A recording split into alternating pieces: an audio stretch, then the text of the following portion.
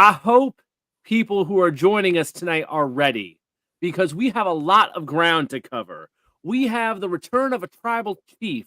We have a SummerSlam with title changes, betrayals, and all kinds of drama. And if that wasn't enough, it continued into the next night on Raw with people getting stretchered out, all kinds of things happening, debuts, and chaos in more ways than one. All that and more, folks. Buckle up. Your Big Gold Belt Wrestling podcast starts right now. Big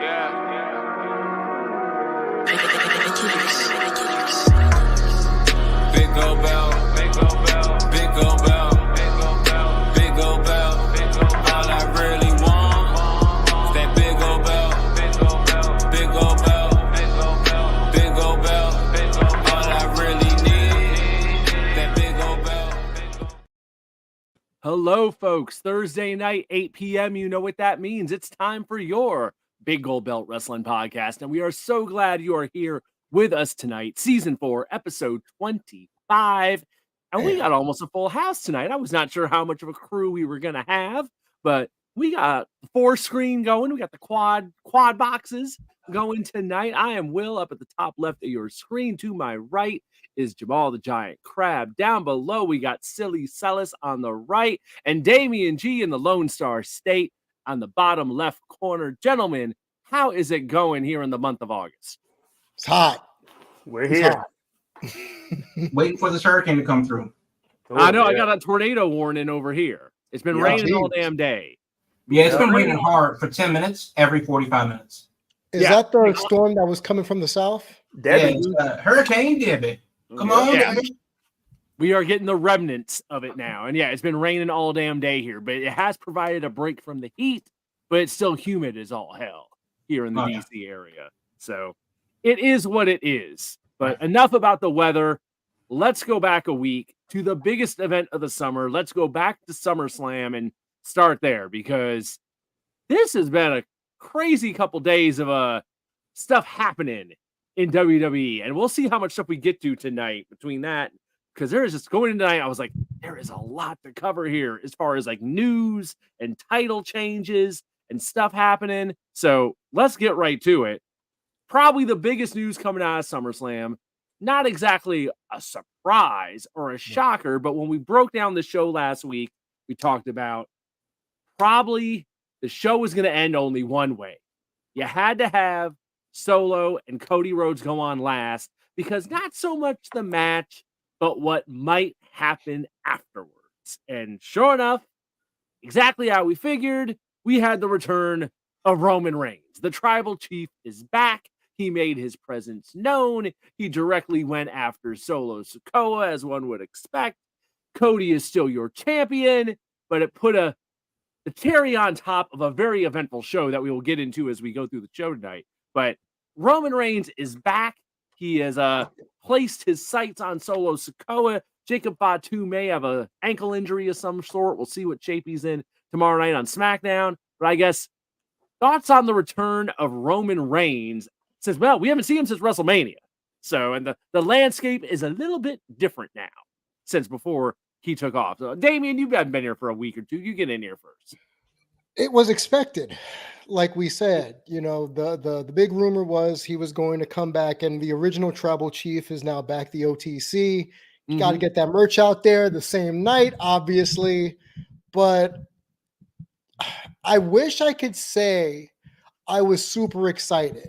And I don't want to sound glib, but the original Bloodline, that whole storyline, the however 2-3 years it lasted, was great cinema, right? We always talked about it was cinema, it was beautiful. Now, ever since the more, I'll say, thuggish Bloodline has been involved, and more maniacal Bloodline has been involved, it's less mafioso and more just straight up like criminal. And I don't know, unless to compare it to like something like that, where like if you ever played Fight for New York, Def Jam, Fight for New York, you're rooting for the bad guys in this part because there's really no good guys in this. Even though Roman's listed as a face internally from what we're reading and such, it's basically still to a heel, the tribal chief, coming back for his throne with the other heels. So it's like, so the cool heel is now a tweener, a la Randy Orton, and we're gonna cheer him now. When how long ago? 3 months ago, 4 months ago, we were saying, "Boo! We're tired of Roman. We're bored." So welcome back, Tribal Chief OTC. But I'm not really all that excited. All right, Celis, you up next. So I'm gonna take an interesting take from this, and I'm gonna take it when we first heard the theme music come on. So you heard the theme music, you heard the uproar, which is the reaction that you wanted to have with Roman coming back. But the thing that intrigued me is you heard a difference of tune in this theme music. So I'm gonna tell you the first thing that I thought about. I'm gonna go throwback to mid-90s here, a little throwback reference. It felt like bad Green Ranger turning to good Green Ranger. And I think that this is an aspect where with the change of the theme music, like, you know, even when the Green Ranger had his dagger and he had his dagger for his Dragon Zord, it was a little different tune when he was the guy. Now, I think this is what we're going to have with Roman Reigns coming back, where, once again, it was the epic reaction. I think it was built up nicely forward. I think you could see how Roman will now turn face in this aspect. It's good to take the bloodline away from the title and continue the bloodline story outside of the title, which the whole pay-per-view, I would say, was, and I don't mean to step over this because I know we're talking about Roman. It was predictable, like the outcome was that we saw here with Roman, but it still made sense. And I think now you're setting up the next 3 months of programming that's going to lead to Survivor Series with some pit stops in between that can help build this. And I think maybe Survivor Series will be the end all from this storyline, which this is like the fall and resolution that's coming back of the apex of Roman turning face and returning today or last week. But I was really, you know, excited to see how they executed it. But that's the first thing I thought about. I thought about bad Green Ranger turning to good Green Ranger for Roman Reigns. So the question is, are we actually cheering for Roman, or are we just not ready to are we cheering against or booing the bloodline? Right. And I think that's kind of what it is for me. I can't imagine an Earth or a multiverse where I would want to cheer for Roman Reigns under any conditions, any circumstances whatsoever. And even though he's back to save us from the bloodline, it's not that I'm glad that he's here, because I'm not, because I hate him. But I'm more excited about the fact that whatever the bloodline is, we could come to some sort of resolution with the stable. They are running their own show. They have their own belt. They have their own roster. Nobody really deals with them. They're the elephant in the room. I'm not saying I want the bloodline to end per se, but I am saying that I want them to be more integrated in the rest of the show, similar to Judgment Day. Judgment Day is everywhere. There is, you know, and when they were on top, as high as you can go, because the bloodline is the ceiling. But they're not even a ceiling. They're in a different section of the building. That's the problem. It just feels so disjointed that I'm just not into it anymore. You know, it's like a Family Guy like cutaway where you get just some kind of non sequitur that we're talking about. So are we really here for Roman, or are we just here to boo Solo? Now, granted, Solo, Fatu, Tonga, Loa, they've done a hell of a job with what they've been given. And actually, you know, it makes sense for Roman to come back, not as the face that we want, but the face that, you know, we need to, you know, to stop them. It's, you know, it's kind of like, damn, you're picking your poison, basically. No matter which president you like or don't like, if it's getting bad and it gets worse, you would rather go back to bad. Lesser of two evils. And that's kind of where goddamn, that's what Willis is driving the bus. It's the lesser of two evils. You know, and that's kind of where it is. So I don't want necessarily a consolation prize. You know, it's just that I really want something different. Now, of course, where does Cody fit in on this? Will they just play the odd couple in this buddy cop comedy until Survivor Series or Royal Rumble, whenever they have their big playoff? Will they rock this out until WrestleMania? I mean, how many more Fatus want to pop up, you know, out of the weeds to you know, do a thing? There's an endless supply. Obviously, the Survivor Series Civil War is really the place to blow this up. I mean, you have team not the Bloodline versus the Bloodline. Right. That's clearly that has to be what they're building running to. towards. Right. So now it's just a question of, do I need Roman there? And obviously the crowd would say yes, but options does make the heart grow fonder. But now that we've had to take a second to look at it, I really, really, really hope that this kind of leads to somewhere a little bit more definitive, and we can get out of this whole, hey, watch Raw and the Bloodline. This is I want a little bit more cohesion, and I want it to start ASAP. And if that's Survivor Series, then cool, maybe it is.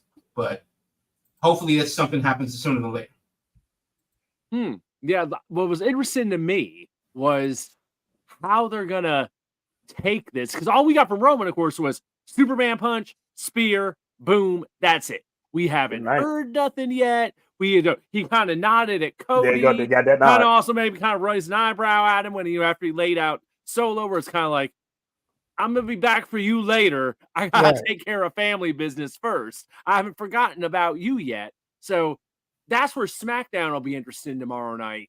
It's like, where exactly are they going with this? I would say it clearly wasn't the return of the big dog of the World Wrestling Federation. It was not that. We did not have the chest protector and that version of Roman Reigns. It definitely felt like it was still Bloodline Roman Reigns, but he was coming back to be like, well, what would y'all do to the place while I was gone? What the hell is this? So yeah, I think that's going to be the question. Are people really just rooting against the new version of the Bloodline? Are they really embracing Roman as having him back? Lord knows we had weeks of people chanting, we want Roman. Okay, now he's here. So now it's in execution how this comes together. That's where it's going to get interesting. And that's the interesting point, right? Because for me, like we said earlier, as we're talking, I'm thinking, okay, how can we keep Roman a babyface or tweener as we go on with the storyline? And somebody said it, hit it on the head. Keep him as far away from the title as humanly possible, because he doesn't need it. This is family business. So at this point, it's like Randy Orton. You can win the title whenever the hell he wants at this point. So it doesn't really matter. But if he's in a compelling storyline that has layers to it that doesn't include the title, then that's going to get fans more interested. Though it does run the risk of compartmentalizing Cody or whoever has the title at that moment, because they are no longer the face of the World Wrestling Federation, like you said. Well, it's more like, oh, you're here too. It's Roman and Cody and friends, right? It's going to be like Rock and Wrestling cartoon back in 1985. But I'm interested to see how long this lasts as far as the public support from the audience, because we want Roman, like you said, Will, but all it takes is one promo for him to be like, I don't need y'all.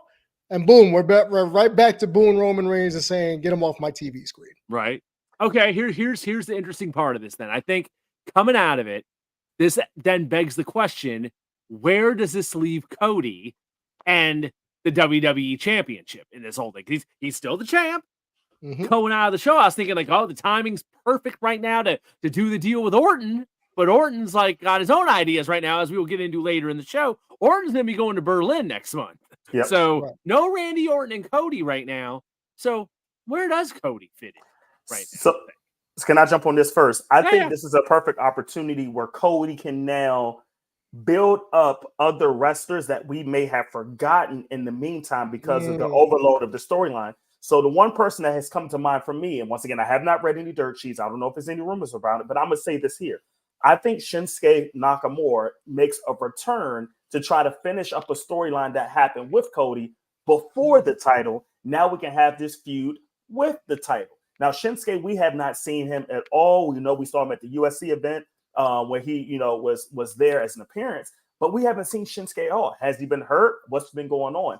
And I think he is somebody that can bring a great storyline aspect that can keep Cody in a feud that can legitimize what his title reign could be. but it's not dependent on the bloodline, and it's not dependent on Randy Orton and Kevin Owens. Keep them separate. Cody needs to do something on his own.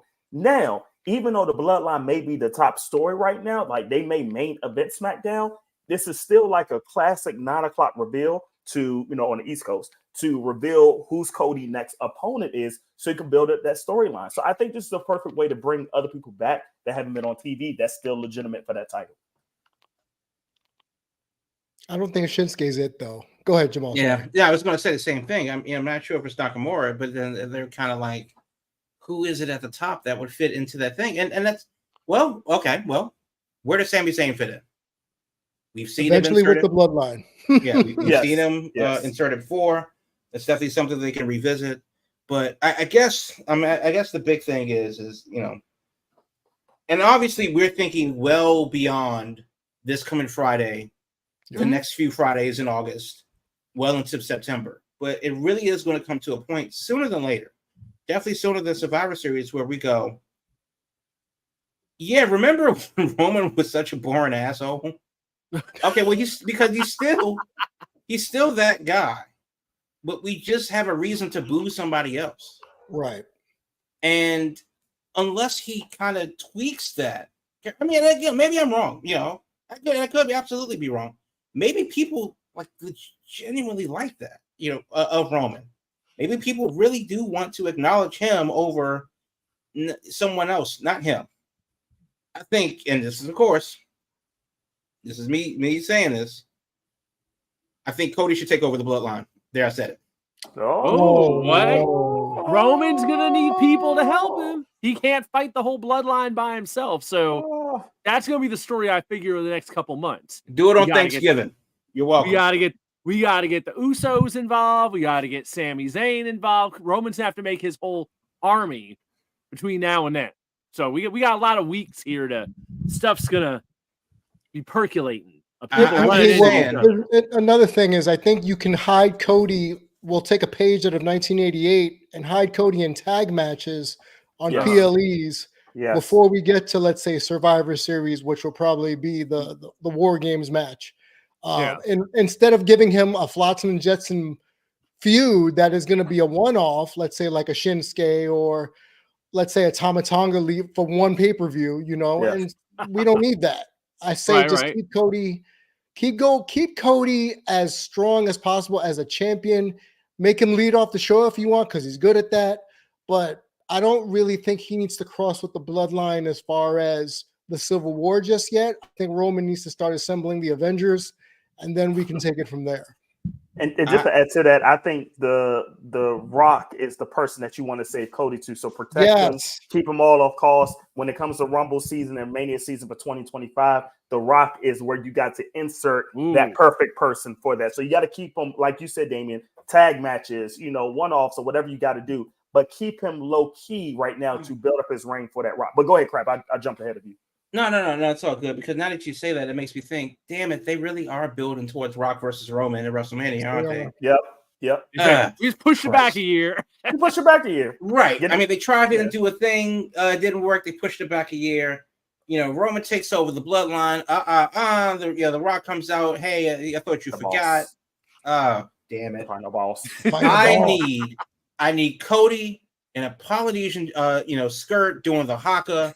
I need all of that. I need him scalping Cody and mangoes or wherever the hell. I need the whole tribal tattoo thing with like the Georgia state flag in there somewhere. Oh no. I need the nightmare bloodline, him, Arn Anderson, oh god, the Rock and Roll Express, who else? They got Glacier. I know he's in Georgia rolling around. Diamond Dallas Page. Gotta get DDP in there. Yeah, DDP in there. That's what I want to see. But obviously, there you go. Christ, they're building towards Rock versus Roman. All right, let's switch gears and get the rest of this show covered, because that wasn't the only thing that happened on SummerSlam. SummerSlam was also about, as I'm thinking, it was betrayals and title changes, because they changed a lot of titles and they kicked the show off with the big betrayal of Liv Morgan and Dominic Mysterio. Dun, dun, the big drama to start the show. We were wondering where it was going to be on the card, and they opened up with it. So Liv and Dom opened up.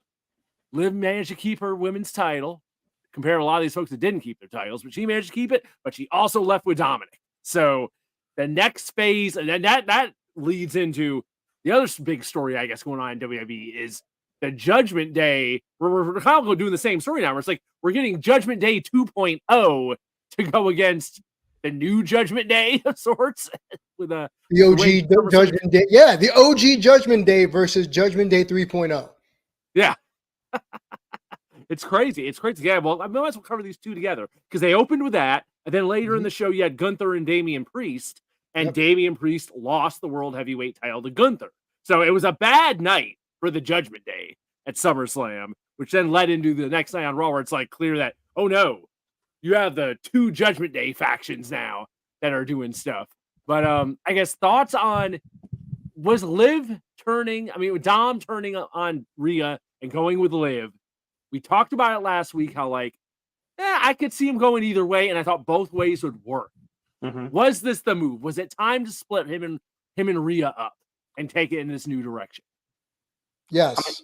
I would say so for sure. But can I I want to give credit to Liv Morgan for a second. Okay. If you would have said back in 2017 when the Riot Squad debuted that Liv Morgan was going to be the most successul member of that stable, would you say it would have been her? Yes. Really? Judging by old school booking, yes. Yeah, I wouldn't. I thought it was going to be Ruby Riott, I thought it was going to be Ruby at the time. But I have to give Liv credit because what she can do for me that is very good is she can sell a story. And when you're talking about what Netflix can bring up, and I'm not talking about the sexual lines and the profanity that can come on, but I'm not talking about that. I'm just talking about to make people want to tune in like a soap opera that brings the entertainment, the drama, and the storyline.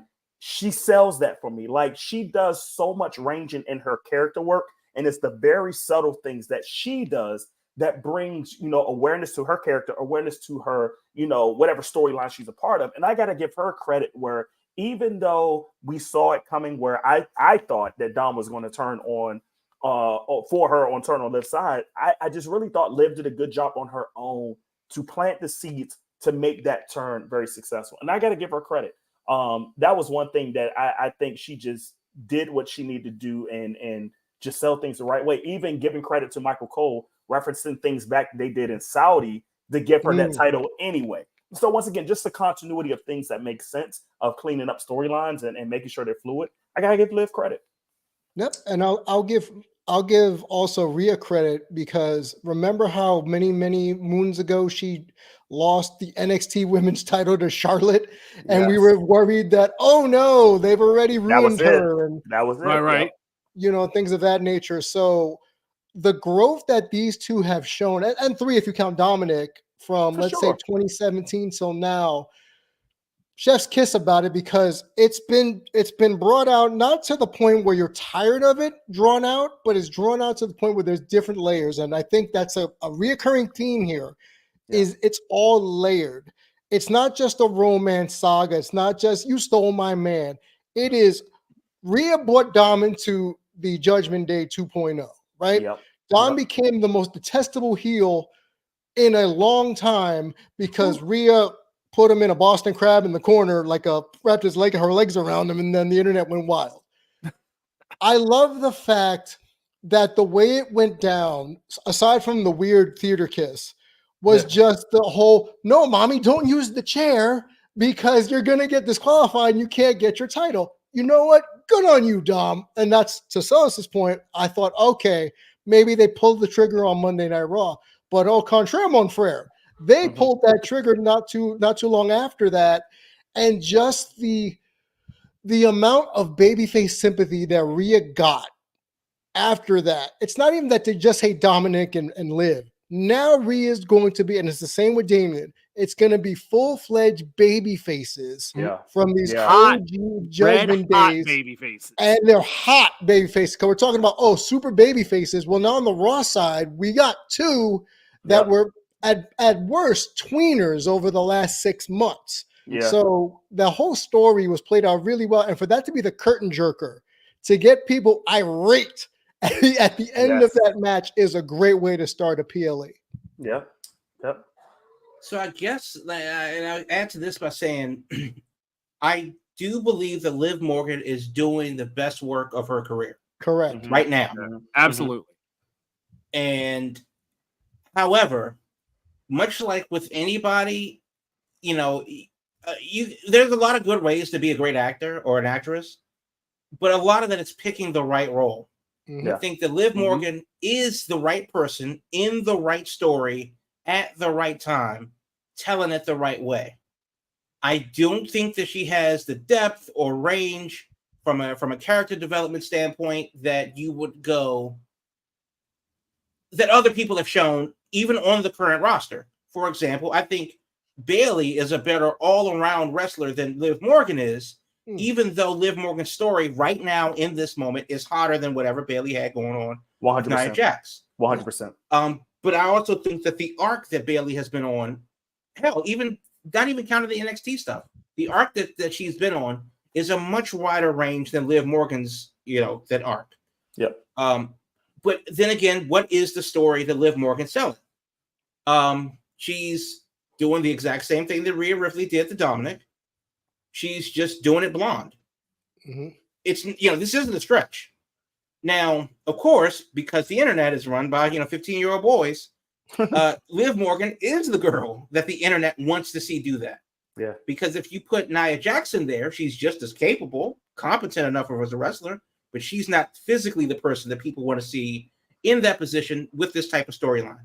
Correct. So with that said, I do believe that, it's just good on Liv, Dom, Rhea, for being the right characters for the right play at the right time in the moment. Now, of course, where do they go from here? Well, they already have the fact that they're, number 1 and number 2 heels, on Raw. That's plus. And then of course Rhea, who doesn't need Dominic at all. She was already made before Judgment Day happened. Correct. And obviously used her aura to kind of supersede Judgment Day because mixed gender matches aren't a thing in WWE. So at first it would be, the woman has to wait for another woman to come down and wrestle so they can shoot, so you can get her stuff in. Well, Rhea, didn't need to do that. She has her own thing, and it does, and it feels connected because of the fact that Dom is there, because of the fact that Balor's there. Occasionally, they've just done that a better way. So WWE, and I guess the theme of the show overall is they, I don't know if they've actually changed something in the writers' room, personnel, direction. I don't know if it's the influence of Triple H or Shawn Michaels, or it's just a concerted effort overall to just go, we're going to go in this direction. But what they've been cooking up has been working. Yes. Will it continue? Hopefully. But will it? It is a thing, and I really, really hope they keep it up. They've been doing a hell of a job. And I'd like to, on that same vein, let's take it to Damian Priest now too, with his hard-hitting match against Gunther, and now Finn costing him the title in the most Finn smarmy way. The Prince way to do it is to say, well, I was tired of you getting shine. And then his logic on Monday Night Raw was, well, you cost me a year ago, so I bide my time for a year. So the question here is that does this follow, or can Damian Priest follow in the footsteps of Rhea Ripley in terms of keeping his momentum hot going up against, let's say, Finn Balor, JD McDonough, etc.? Well, the short answer is yes, because of the people. Because it's not just Liv Morgan. She's not carrying the feud by herself. It's not just Damian Priest. He's not carrying it by himself. He has people to work with, around, and off of that are just as competent, around him. And I think that that's what makes the feud.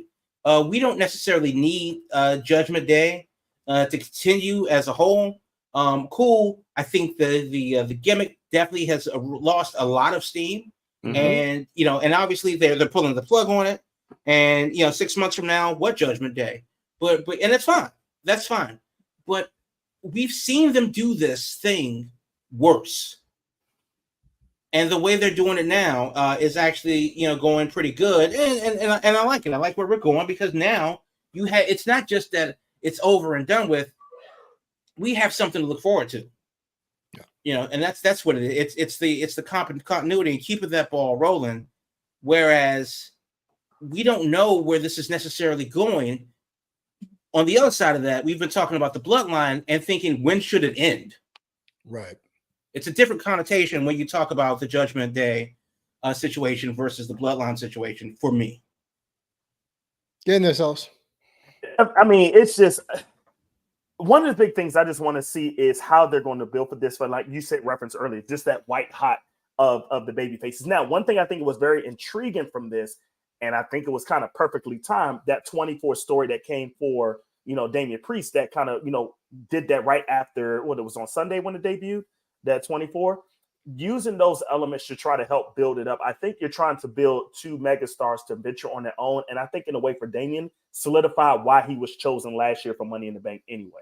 And I think what you're going to do with this, you're taking what we thought was something with Edge, and you kind of made it three different groups at the same time, because you had the Edge group, the 2.0, and now where we are now. Now, this is like the final factor for Rhea and Damian of how they're going to take it to the next level. Now, I'm more excited of what this is going to do for Damian, because I want to make sure that when you think about not just what he's done as Damian Priest, what he's done if you followed him in the Indies beforehand, I think this is now the time to give him his flowers about how good of a wrestler he is and the personality he brings. And even if you look at some of his TikTok videos that you see outside of WWE, it's really entertaining of what he does, because he has the natural reactions of what makes him a character and a person you can follow. I just wanted to see that come out more. And I think once you see 2025 come out more, it may not be for a title picture, but you're going to see him do, like, maybe I should say, some Miz-like ranging with this character that's going to make him more well-rounded.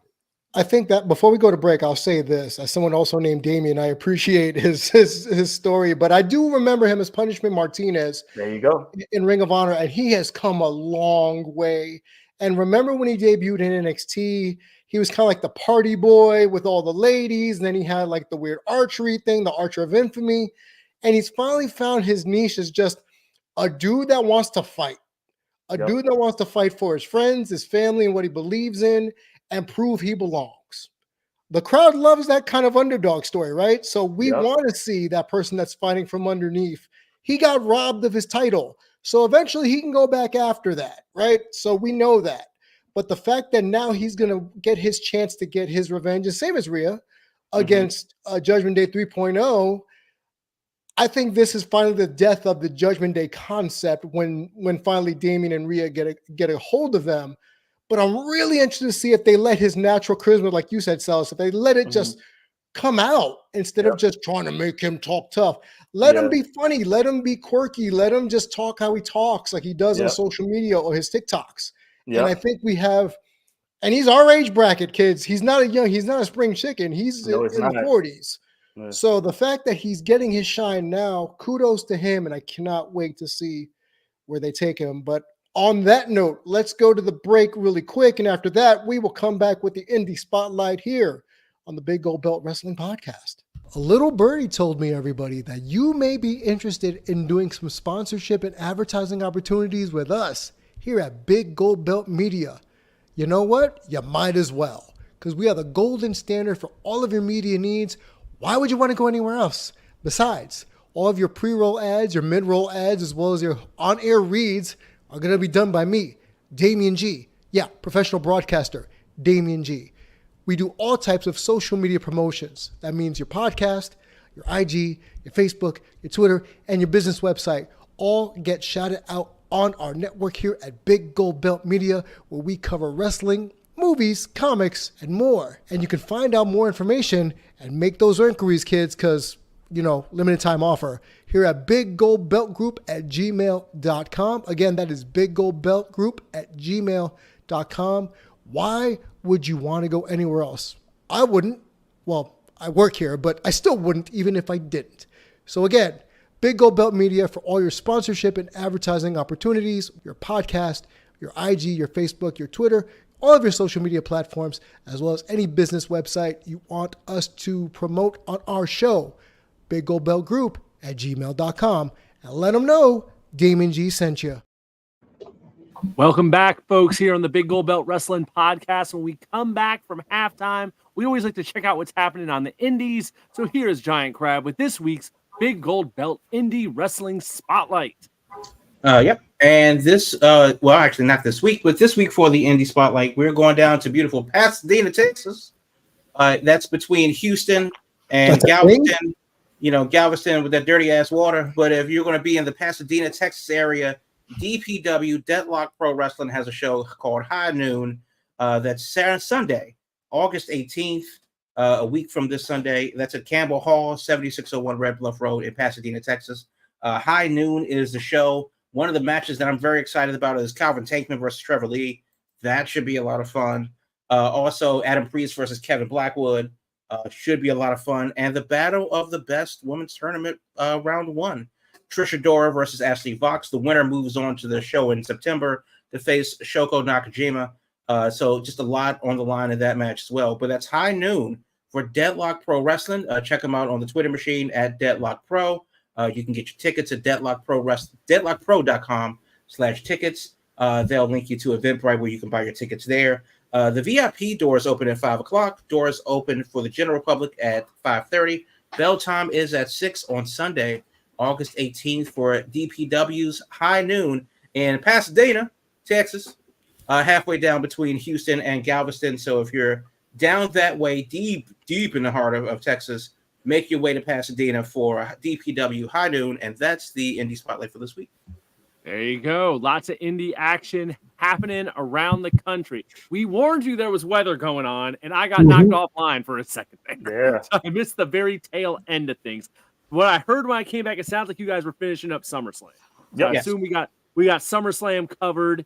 Other than hell, there's Braun Breaker's now a champion. Yep. Bailey lost her title to Nia Jax. Yep. LA Knight won the U.S. title. Just they made all kinds of moves. Yeah. On SummerSlam. Let me ask you this, because I didn't follow that story particularly. Yeah. Was the LA Knight win planned, or always the plan, or because of Logan shooting himself in the foot again, they had to do a PR move? Yeah, and they made the choice easier. Yeah, it made the choice. I think it was in the plan from the beginning because it was due factor for LA Knight, but I think it was like, okay, perfect timing based on what, Logan's doing outside, but I think it was still planned, but we needed to get him off of him if he did not win. I mean, if he didn't win, we got to get it off him by tomorrow. It very much felt like a now or never point for LA Knight where it was like, yeah, if he don't win this, then that's going to kind of be it for him. So the timing, I think, just helped with there was added fuel to the fire with being like, yeah, let's get Logan out of here for a hot minute while he's putting his foot in his mouth and all this stuff. But yeah, I mean, lots of news coming out of SummerSlam. Yeah, and shout out to LA Knight from Hagerstown, Maryland. Yes, indeed. Hagerstown's own is now your United States. Yeah, up there, Doc Gallows got there you go. I wouldn't mind seeing, before we move on, I wouldn't mind seeing Cody versus LA Knight inevitably. If you want to do how Logan and Cody were supposed to unify the title, title versus title. Yeah, I would love to see that potentially happen between those two, and it ended in a schmaz. But at the same token, I would like the premise of LA Knight versus Cody Rhodes for their heavyweight championship, and obviously it ends in a schmaz. But I would love to see how main event is he now? How main event is Mr. Yeah? Because simmer, to your point, Will, it was now or never. Now, does he have main event status now, or is he more just like, hey, I'm just the top of the mid card, and is that where I'm going to settle? So I would love to see if that's where that's where he winds up. There you go. We'll see. It's going to be an interesting next couple weeks, I think, because we had all these moves at SummerSlam. We had all these titles moved around. We had the culmination of a lot of stories, and then Raw the next day. We've always heard about, the Raw after WrestleMania. Right. Well, this was the Raw after SummerSlam, and it was pretty much just as newsworthy. We had the Damian and Rhea team up and becoming the super hot baby faces that we already touched on. We had the follow-up to Gunther becoming champion and the pivot into Randy Orton showing up and being like, you know what? Back when you beat me at King of the Ring, that was a little tainted. I'm going to take a shot at you again. I want a shot at that title. So Bash at Berlin at the end of August will now be Randy Orton versus Gunther. being run back, but this time with the title on the line. They opened the show with that. Where I thought things got really interesting on Raw was the CM Punk, Drew McIntyre, Seth Rollins segment, where they followed up on the match there with Seth being referee the night before, Drew managing to get the win, those guys not getting along. But then we got a swerve out of nowhere that paid off huge in Baltimore. Moment of the night. Raw. Moment of the This night. was, yeah, I was just like, where this came from, I don't know, but I love what they're doing. Bronson Reed shows up on Raw and suddenly attacks Seth Rollins, lays him out with a tsunami splash, and then next thing you know, he goes up again, he goes up again, he goes up again, he goes up again, and ends up dropping him with 6 tsunami splashes in the ring, to the point that the Baltimore crowd is doing the one more time chant at him while Seth is like on the mat, coughing up blood and all this. I'll put it this way. Did they make Bronson Reed in one night? Because walking out of there, he was like the new monster, like Supreme. Just like that. Just from dropping splashes on Seth Rollins and Seth Rollins selling him his death. So is this what Bronson Reed needed? Is he now like going to be in the mix? Because I was impressed as hell. But, you know, it's all in the follow-up, as we know, with WWE. So, Damian, what do you think of it? I will say yes. I've always been a Bronson Reed fan. Even when he went back to TNA or when it was Impact, and he was wrestling out there, he just always, for whatever reason, just couldn't make that next step. But what better way to get Seth Rollins out of the Drew CM Punk mix is to give him someone new who's using ruthless aggression to get over at this juncture. And you know, we're children of the 80s, so who doesn't love a big 300-pound guy squashing something, be it Damien the Snake or now Seth Rollins, and getting yourself over as a bad guy, as a villain. So I think, honestly, this is good for him because he gets to work with Seth, who is pretty good in the ring. Let's be honest here. And this will be his first time swimming with the big boys in the main event, potentially. So, and he's always been Triple H's project. You know, he's always been a Triple H guy. If you go back to his NXT push when he won the North American Heavyweight Championship, it's been about time. But now the crowd cares because he beat the living daylights out of Seth. He made that man bleed his own blood like dodgeball, right? So what's next? Is it just going to be Seth, or is he going to start pulling a Braun Breaker and just beating up everybody just to get his point across, you know, to show that, hey, I'm a force to be reckoned with here? So I'm going to say this had to happen at this time because Bronson Reed was in a little funk right now because you didn't know what to do with him. Like, okay, maybe he's ready for the IC title and triple threat match, but he never got it. Okay, maybe he can contend for this, but he never got to contend for the title. I think the way you build him right now is the way you built Ryback when Ryback was going on his uptick for John Cena. However, here's the problem. You won't be able to build him like against these mega or these big money matches until about October, and I'll tell you why. He's going to be a heel. You cannot put him against Braun Breaker. That's for the IC title. He's a heel. You can't put him against Gunther, you know, for the world title. But what you do is give him a lot of squash matches for the next couple of weeks to pile on what he did to Seth and how real you can make it seem him doing to others in squash matches. Then when you get a chance to build him up where you're convinced of how strong and big he is, like you did with Ryback, then put him in a high-profile match, maybe with Seth Rollins when he returns, because apparently he's been written off because of injury. Let him beat Seth Rollins. Then you can go to some type of title feud or whoever has the belt at that time. If it's not during this time, maybe when you do another draft him to SmackDown and put him in that mid-card title for somebody like a LA Knight or a similar face for that title. I'm just glad he's not a henchman or just some big dumb goon in like a suit. Not being a heavy. Yeah. I'm just glad that he's not Viscera. And you know, God bless you, Mabel. Yeah, we still love you, but I'm just so glad that he's being built as so much more than that because he has all the talent in the world. despite his size. And then once you add that into the recipe, the dude he's the juggernaut, So I really am glad that he's definitely, I don't know if they made him or not, because there's really not much to make of it. Yeah. He's, bigger than a small bus, smaller than a big bus, and he hits just as hard as any bus. So it's not something that you really need to put a lot of thought into. Just let him go do the heavy lifting himself. And we've seen this happen in the past before, where they would just give you a promo. Right. You can't cut the promo they want, so they give you a mouthpiece. And then the gimmick turns into, this Laurel and Hardy sketch. It's just like, no. Let him go out there. Let him, be just hell on wheels. And good luck to anybody that's trying to get in his way. That's what we need to see from him. That's what we saw from him. And it's a damn good thing. Yeah. I think the key part for me was it was all about him. There wasn't any help involved. It was just he showed up like a wrecking ball, and all of a sudden it was like, oh, he's just taking out Seth, and no one can stop him.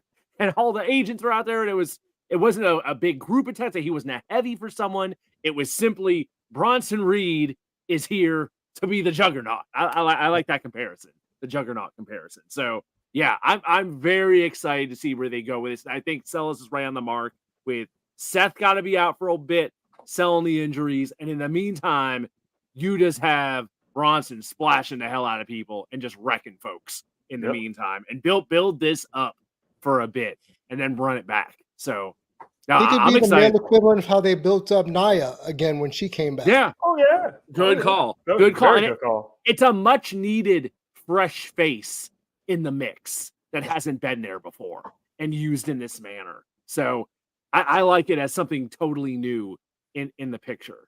So the end of Raw, we got something we've been talking about for weeks finally happened.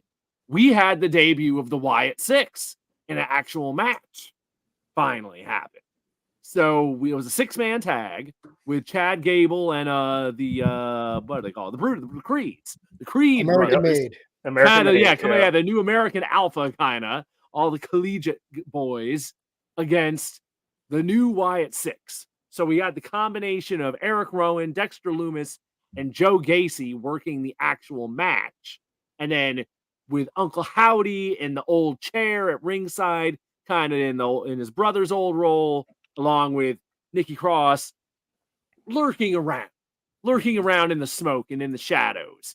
Right. What I found interesting is I liked how open they were being in the commentary about they weren't trying to act like these were new characters. Yeah. They were openly saying, this is Dexter Lumis. Things have changed. And this is Joe Gacy. You saw him in NXT. So it's like they're keeping everyone's past as part of this. They're not trying to suddenly be like, oh no, this is, these new creepy Wyatts. It's like, no, everyone's past is still very much part of the story with this. And I think that's the most interesting part of this deal. But I thought it was a fine match. I thought it was perfectly fine. It was all good for a first outing. And if anything, I would say I was pleasantly surprised. I've always been that Wyatt stuff has always been hit and miss with me. And they didn't go too heavy on the spooky stuff. They come out and there's some smoke, but there wasn't any hocus pocus going on. It was a lot of just like kind of double team moves and tag team stuff. And they won the match and did all that. And just kind of like it was like, okay, I'm kind of cautiously optimistic about it for now seeing it in the ring, because that was the big mystery. How is this going to work in the ring? And I think that grounding it in reality with everyone's past, that might just be the key to the whole thing. I don't know. What do you think? So we need to kill somebody again on air. Oh, we need a death? We need another death. Go ahead, Sal. Sorry. That was needed. That was needed. One of the things I would say that I'm glad they did two things with this. The first thing is I'm glad they did not let Uncle Howdy wrestle. Mm-hmm. And I'm glad they let the three that was in the ring wrestle do that, because what I saw in just the art of how the ring work was going and the character work outside, each character had an element that they put an honor to either Bray Wyatt or Brody Lee. And I think in a way, like this was probably, now first let me give it to Eric Rowan. that was probably the most I've seen him do as far as in-ring work. Yes. That really allowed him to show what good of a wrestler or how good of a support that he can do with the stable. And I just thought everybody did their part to the T, and you got to give it to American Made. They sold it and booked it in to make it like they lost, yes, but they didn't lose anything in the loss, and it still elevated each person in that ring in the way they need to do, especially Chad Gable. I think this shows what you can do, because I think ultimately what you want to get to is Chad Gable versus Uncle Howdy. But then that's when you see Bo Dallas come in to show how great of a wrestler he is. So you go with that character between Bo Dallas and Uncle Howdy, or if you want to call him, by his real name, or Taylor. But I think this is something that's going to build them up where you see it continue. But I think the Chad Gable, Bo Dallas is where you want to get to, and you're just filling the seats to it. And I think it's being booked very appropriately. You're not rushing through it. You're booking it very appropriately. Honestly, it doesn't work for me. I'm just kind of over the Wyatt Six thing in general. It's. I mean, I saw it. I get it. It's not it for me. But I will say that there is room to grow. There is room, not necessarily for improvement. I'm not saying that at all, because I don't like the gimmick. So there is no room for improvement for me. But there is room. It's just starting out. It, of course, be interesting to see where it goes. And, if this thing turns out to be a hit, then, hey, it is what it is. But for me, it's just kind of like, I guess. Okay. So, like I said, I feel like they need to kill somebody on air again, only because they can't keep beating up Chad Gable every week, because it's going to get boring very quickly. It's okay, American Made, the Creeds, we know them from NXT, so the audience has to get to know them. But if I got 4 more weeks of Chad Gable getting his butt kicked by the Wyatt Six, or the Creeds getting their butt kicked, or if they bring in Ivy Nile and then she gets her butt kicked by Nikki Cross, they got to do something else. Now, I know it doesn't work for Jamal, and I know the Spooky Wookie doesn't work for Will. They need to recapture that magic of that first night. And I feel it's already gone, in my opinion. The in-ring work showed that, okay, we can salvage something here, because it's not just, Bludgeon Brothers 2.0. Yeah. It's everybody brings something unique to the table. So it's like you were saying, that pays a little bit of an homage to the 2 original Wyatt characters. Yep. But I need something more. It can't just be mind games with what's his face, with Chad Gable, who we can finally say Chad Gable is a main event talent because he was in the main event. True. So good on Chad Gable for getting himself to this point by being a scaredy cat. But something else needs to happen. I don't need the Spooky Wookie, but I feel like do need to murk somebody. And I don't know who that victim is. Maybe they could have murked Seth. Who knows? But someone needs to get murked by the Wyatt Six that's not Chad Gable. Good, Will. I'm having no luck tonight with this storm passing through here. But it's still here. I know, it keeps briefly knocking out my internet for a second. So, nah. I don't think I have anything else to say about the Wyatt Six. We got about 5 minutes left. The one other thing on Raw that just came out of nowhere that was like, what the hell? What did anyone think of Odyssey Jones suddenly showing up to the New Day? That was like, what? What the heck is this? I didn't think it was bad, but I'm not sure what to think of it. It was just out of nowhere. It's like, oh, that guy from NXT they called up a year ago and never did anything with. Now he's here with the New Day. What's up with that? Got another reference for you. Once again, going back to 1990s. It was the difference between 3 Ninjas and 3 Ninjas Kickback, where you had Rocky and Tum Tum got recasted, but you still need to have that third person to be in the New Day. That's the first thing I thought about. Crab is up there about to kill you. So Odyssey is now the Rocky and Tum Tum from 3 Ninjas and 3 Ninjas Kickback. That's my sell on that. Once again, it wasn't bad. 3 Ninjas Kickback wasn't bad, but it wasn't good as the original. Okay, I thought you were talking about 3 Ninjas Kickback was not good. But to what we were saying about Bronson Reed too, did Odyssey Jones get himself on the map by sidewalk slamming both AOP members at the same time? That was impressive. So I believe it got a lot of hits on social media. I believe at last count was up at 4 million or something like that. Yeah. So obviously he's impressive strength-wise. What I don't want to happen is they make these connections to Mark Henry, because I've already seen people calling him Mark Henry Jr. No, I don't want to hear that, because in NXT, even though he's not my bag of tricks, he does have charisma to be in the New Day as an ancillary member. Because remember, there was a gimmick there for a little while. They always had like that guest fourth member that had KO for a minute, and it would be like the guest star. So this just shows to me that we're not getting Big E back for a long time, if ever. If we're going to throw Odyssey Jones in there to be the heavy replacement for Big E. Not saying he can, but that just leads me to believe that we are not going to see Big E for a long time. And that, if ever, and that makes me sad about the situation. But good on Odyssey Jones being gone for what amounts to 2 drafts and putting himself on the map just by picking up 2 big dudes and dropping them on the map. Let me ask you this. So, I mean, obviously it would be a great loss if Big E officially retires. We don't see him in the ring again. Yeah. Right. But then the real question is, how long does the New Day continue knowing that Big E is unable to do that? Or should they just continue with him in a non-wrestling role? Make him a manager? Make him a manager. I mean, to be fair, I think I can say that we all wanted Big E to have the big singles push, while Woods and Kofi ran with the tag titles. Kofi got a singles push. What the hell is his name? I was supposed to call him Austin Creed, but Xavier Woods is he's going through a single push right now, and damn it, Big E deserves one. Former King of the Ring as well. So now the question is, since he can't do that, be a manager. We know that he's a pretty good mouthpiece. Got all the personality for it. All the personality in the world.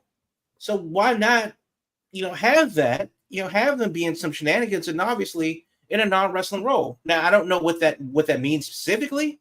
Like, can he never take a bump again? Because Paul Heyman has taken a bump.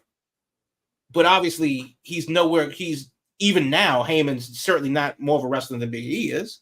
Yeah. So there's definitely some leeway. But if they're replacing people, then do you want to replace it? Or do you just say blow it up and, let them do their thing? Maybe draft them to different shows. I say end the New Day. Yeah. I think at this point, let's just end it. Because if it feels like it's run its course. It has. And we were feeling like that a while ago, even when Big E was first separated from them. Like, okay, maybe this is the first salvo of them ending the New Day. But obviously, Big E gets injured. So we have to keep the group together to keep Big E, flowing in the atmosphere almost. It's running on sympathy love at this point. Yes, but now that's what it is now. But now it's that a we run nostalgia past that, act, and we're like, okay. Right. And now it's kind of like, well, I think this is a good time to put a bow in this chapter. Who knows how long Woods and Kofi even want to run? So, because it is what it is. And now the question is just, I can be okay with just the New Day continue on as 2 with the manager, or just going, hey, there is no New Day without Big E. This is where this ends. And that doesn't even mean that Kofi and Woods have to break up. No. They just won't be the New Day. Just move into different areas. Yeah. It is. Yeah. Different roles. Does that mean one is going to turn into a deacon like Devon? No. Oh, dear. We do not need Deacon Xavier. No. Oh, dear. Maybe Kofi gets his accent back. We go back to where it all started. We go back to Kofi ends up in NXT and becomes Jamaican again. There you go. Fuck, I haven't joined the bloodline at this point. Who cares? But but honestly, it's just like, don't keep it along to sell T-shirts. Right. Keep it along if it means something. Yep. Yeah. Agreed. Any other stuff y'all want to touch on before we wrap it up? It's been a bumpy show tonight with my technical difficulties. Okay. So real quick, there's one quick thing. Mercedes Moné cut a lengthy program on the Instagrams. Uh-oh. Exactly. Because I don't know what filter she's using, but she definitely is on the orangish brown side. I don't know if she was trying to like stain a desk and lost control of the sander, but she has this grayish blue hair with this burnt orange skin, the basketball colored skin. The Oompa Loompa memes are coming out of the woodwork. It's a bad visual. And then she speaks. Oh dear. So I don't know how long this is going to work. They have Camille as her heavy, but they really need a mouthpiece. Yes. She needs a secretary, a coordinator. Vicky Guerrero. She needs Vicky Guerrero, to be honest with you. But she needs a Paul Heyman. She needs a CEO. She is a CEO, so she needs the chief communications officer to do the speaking for her in the corporation. Trademark, get it done, AEW. Bring back the corporation. But she cut this really weird, rambling promo that honestly should have been on TV if it were edited and good. Yeah. But it's the type of thing that she looked like she was trying out on Instagram or TikTok, and it's just it just ain't it. Well, I know what I'm going to look up next. Right. So the other thing that's super weird is we talked a little bit about Logan Paul. So there is, of course, that $67 million lawsuit against Prime Soda or Prime Energy Drinks, which is bad for the brand. It's literally on the WWE canvas. Logan Paul had his words, oopsie, involving some Olympic drama where he absolutely stepped in it. Yep. I know that he lost the title, and you guys say that was in the works, but obviously it makes it easier to do that now. But realistically, how much of this bullshit is WWE going to put up with concerning Logan Paul? They've fired people for less. Yeah, I think there'll be some distance for a bit right now. This is a perfect time to cool things off a little bit and see where things shake out on his side in the meantime. Now, do you just let him just fade away like Elias? We don't see him, or do you have him on TV and then he gets jumped and then carried out in a stretcher? I mean, because I think the audience would love the latter. Now the title's off. He don't need to be around. Yeah, he lost. Don't need to be back. Okay. Yeah. Just let him cool off for a bit. See what happens. Yeah. I don't think he needs to appear. Yeah, apparently Prime Drink is also facing legal action from the U.S. Olympic and Paralympic Committee, who allege that the company is trying to pass off that they're sponsoring Team USA, which is a problem. So the hits just keep on coming for Logan Paul, who already has a pretty checkered past. And the last thing that I want to add is that Thunder Rosa says that Mission Pro Wrestling is going on hiatus, which is unfortunate. I like Mission Pro. I like it's a big deal for the women's scene, a big deal in southern Texas in general. A lot, obviously, because of her relationship with AEW. Got to see a lot of good talent come through there and make the TV, especially during the COVID times. But Mission Pro, definitely one of the bright spots of women's wrestling in general, but definitely in that region of the country, Texas, Louisiana, northern Mexico. So I hope they make it back sooner than later. But she says, August 17th is going to be her last show of the year. And hopefully they'll see you in 2025. So the question is why, and I don't know why, but I really hope I hope that she means it when she says, this is not goodbye, this is goodbye for now. I hope to see you all soon. We can hope there's a return down the road. That'll be one to keep an eye on. Like you said, definitely a plus for women's wrestling, having them around on the indie scene. Absolutely. All right. Absolutely. So Thursday nights, 8 p.m. We are here each and every week. Your Big Gold Belt Wrestling podcast, streaming live on Twitch, Instagram, X, probably other places also. But the way this technology's been tonight, I'm not going to jinx anything. We're trying to run down all the different spots. We drop in audio form shortly after the show is done. So if you're looking for the audio version, that is available on all podcast platforms. In the meantime, on social media, it's at Big Gold Belt across the board. So X, Instagram, all those great places. At Big Gold Belt is where you can find us. And of course, on the web at biggoldbelt.com, wrestling, movies, comics, and more. There's always something going on in the world of entertainment, and Big Gold Belt has it covered. So lots of WWE talk tonight because it was a busy week. Next week, I am sure we will have other things to get into because there's a Wembley show coming. So there's lots of stuff going on in AEW. So we will spread out into some other topics next week. But this week was definitely SummerSlam and the new direction of WWE because things are happening as we head out of summer and into the fall season. So, folks, if you're out there dealing with this weather, stay safe. Hopefully, I do not lose power again. We will be back next Thursday night, and I hope when we are that you will be here with us. So until then, stay safe, and we will talk to you later.